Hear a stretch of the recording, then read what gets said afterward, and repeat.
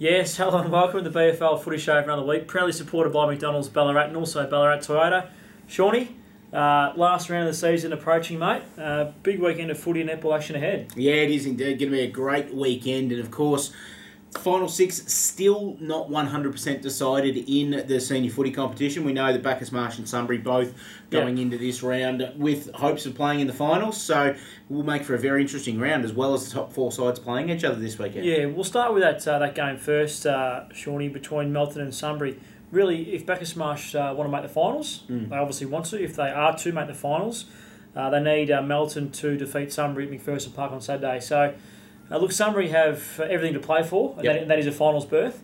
You'd think that on the line, you think they would be too strong for Melton's side, who I still think on their day can trouble most sides in the competition. And that's the thing that worries me a little bit about this game, that Melton on their day, and this could be their day. It's their last game of the season in front of a home crowd. Yep. Brad Murphy will be treating this like their grand final. There's absolutely no doubt about it. He will be saying to his boys, what would be better than going out and completely stuffing up Sunbury's season by beating them today? Yep. That's the message. I could be wrong, but not often I am, and I reckon that's what he'll go with this weekend and go out there. Yep. Look, I reckon Sunbury will win too, but it could go into the last quarter before they win, because Melton will be giving it everything in this one. Having said that, we know what Sunbury's like in round 18. We saw it last year. Exactly. Bacchus Marsh take on Sebastopol. This game's at Manly Park. You think that Bacchus Marsh would be too strong for Sebastopol. Sebastopol have been really good the last month. They obviously recorded a win, and they've been competitive in their games since that win. So Bacchus Marsh will certainly be keeping a close eye on the live scores in the Melton-Sunbury game.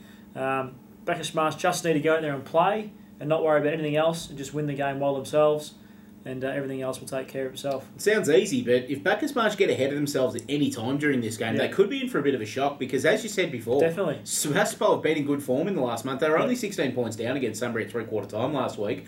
Rowan Marshall is probably the in-form player of the competition at the moment. Having someone like Matt Austin with AFL experience in that side and rotating through that midfield will make a big difference at the moment. And Bacchus Marsh's form is on the nose at the moment. If they do make finals, they're limping into the finals. There's absolutely no doubt about it. Look, Bacchus Marsh should win this because of what's on the line, and I'm tipping them to win it because of that.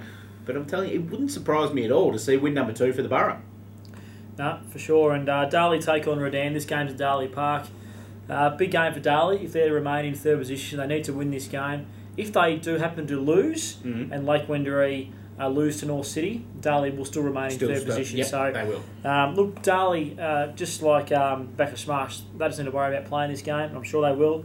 I think they can beat Redan down there at home on Saturday afternoon. I think they can too, but not in the form they're in at the moment. I had a look at them last week against East Point, and East Point monstered them in that first half of footy. They were all over Darley, and look, to Darley's credit, they came back. They got to within a couple of goals at the end, but then East Point were able to stem the flow and put them away.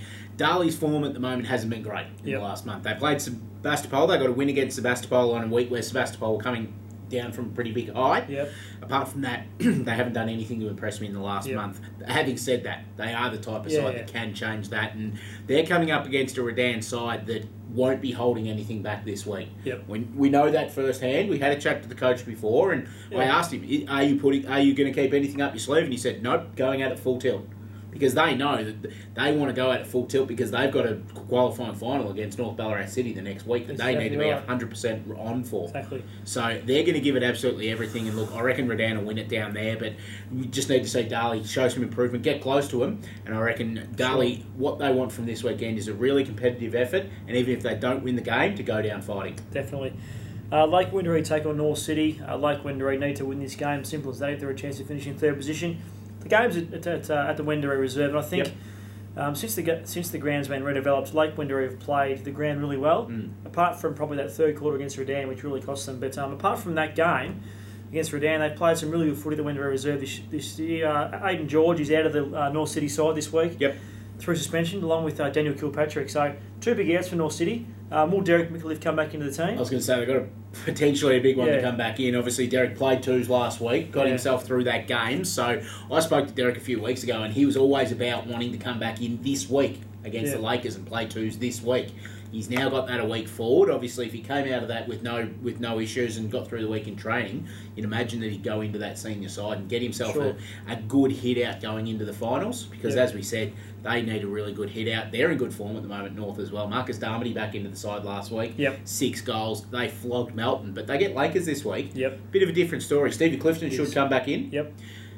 Lucas Anderson and Jackson Bowen didn't play last time these two teams played, and they are huge players in Lake Wendouree structure this year. Obviously, Bowen in the ruck and Anderson at centre half forward with his work rate. They are huge players in that structure. On their home ground, I give Lakers a chance, but I just can't tip against North City. That's good to see for North City's point of view to get Derek back last week in the twos, and they would like to get a game into him in the seniors before the finals. Correct. Against a good opposition, against good opposition high intensity. So if he plays this week for North City, it's certainly a big bonus for them. Yep. Melton South take on East Point. This game is at Melton Recreation Reserve. East Point, I think they're one of the form sides in the competition at the moment, playing some really good football. And I think they'll cause some headaches come the finals. And I think they'll continue their good form this week with a win over Melton South. Yeah, they've got some really good form behind them at the moment, and their structure, since they've had Jordan Staley and Jesse Murphy back into that side in recent weeks, that's been huge for them because it's allowed them to have those tall targets up forward. They haven't had to sacrifice a Jake Dunn or someone like that from the back line and throw him forward. Brad Weaken now gets a third forward, and we know with Witz's work rate across the ground that he'll outrun any third defender there. So they won't have Staley for the finals, but they do get a couple of handy ones back. Paul Kotorenko played a full game in the reserves last week, and John O'Lanyon coming back from the Roosters as well. So a couple of pretty handy ones there. Melton South, I haven't minded the way Melton South have gone about it this year. They're probably the youngest side in the league this year. Mark Pedersen is really getting some games into the kids, which is going to hold them in great stead going forward. And they've played each game out to the final siren. You've seen each week they may lose games by 80 and 90 points, but when they're doing that, they're kicking 11 and 12 goals in the game. So they're taking the game on, which is really, really good to see. Good to see. Can't see them winning this week, but I reckon they'll give a good show of themselves. Very good, Shawnee. Massive weekend ahead, mate, and I'm sure that next week we'll be able to talk about some really good finals games coming up the following weekend. So thanks for joining us. Pleasure. Thanks for joining us in the BFL Footy Show for another week. As you know, the show is proudly supported by McDonald's Ballarat and also Ballarat Toyota. Goodbye for now. Enjoy the weekend.